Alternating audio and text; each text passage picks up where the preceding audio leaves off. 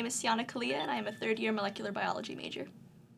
I first became interested in open access when I was a high school student. I was always really interested in reading scientific papers because I knew I wanted to be a scientist, and I was interested to learn about the cutting-edge research, not just what was in the textbooks, but how science was done by scientists and how it was presented. And I've always found it really frustrating when I couldn't read a paper. Like, it would sound really interesting when I was reading the abstract, but below the abstract wasn't the introduction. There was a box saying, click here to get access, and then one of those huge price tags. In starting this club, I had 3 goals. First of all, to raise awareness about open access publication and publication issues in general among the student body. I feel like it's really important because undergraduate students are consumers and sometimes producers of published research, but I know that many of them aren't really aware of the whole idea of open access and why it's important. For instance, when I first found out about the UC system ending negotiations with Elsevier, my first instinct was to tell everyone because this is important and people need to know why this is important. So I texted my friends at UCSD and at other schools, my former high school teacher. I wanted to tell everyone.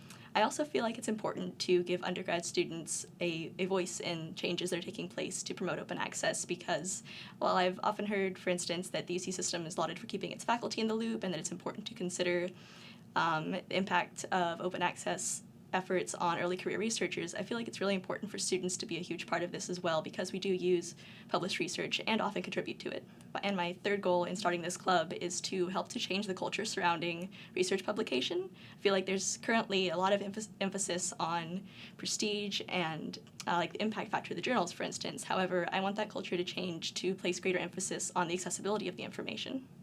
Well, for one thing, the ability to access published research promotes literacy in your field.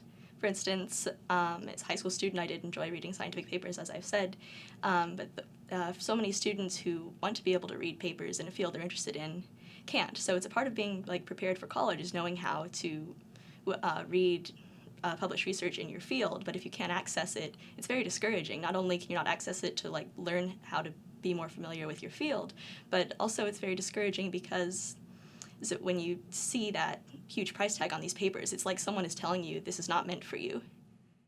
I feel that assumption is definitely false.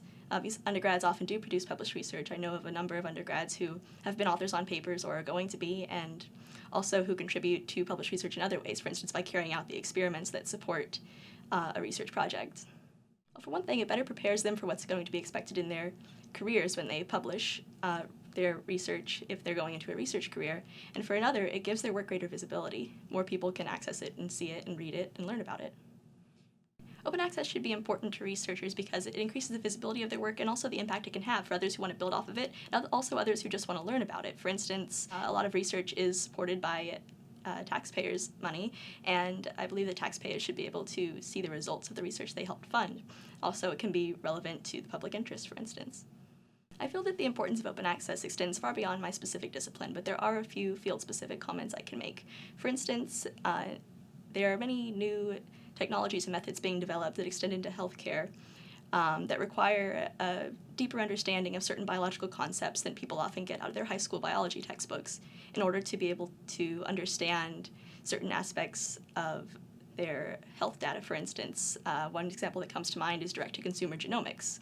You need a better understanding of genetics than you may have gotten in high school in order to understand what your results are from having your genome sequenced in order to be able to make informed decisions based on those results. Therefore, if some people can access more up-to-date research than what's in the textbooks, and if some people have greater access to papers and published literature than others, we are creating inequalities in the healthcare system for those who can't access. One reason why I feel open access to published research is hugely important is in preparing students for college. For instance, when I read papers in high school, it inspired me to want to pursue my field and to come up with new questions I had, new areas I was interested in pursuing. And think of it this way, UCSD's class of 2024 currently lacks access to a massive amount of information. And perhaps being able to read that one paper that stood out to them would have set one of them on a whole different career trajectory if they'd been able to read that. When I first came to UCSD, realizing that I had access to all these things, it was so wonderful, and now I can't imagine living without that access, going back to what it was like when I was in high school, where it was so frustrating and so crushing to constantly see all these things that I could not access. And realizing also that when students graduate from UCSD, we lose that access.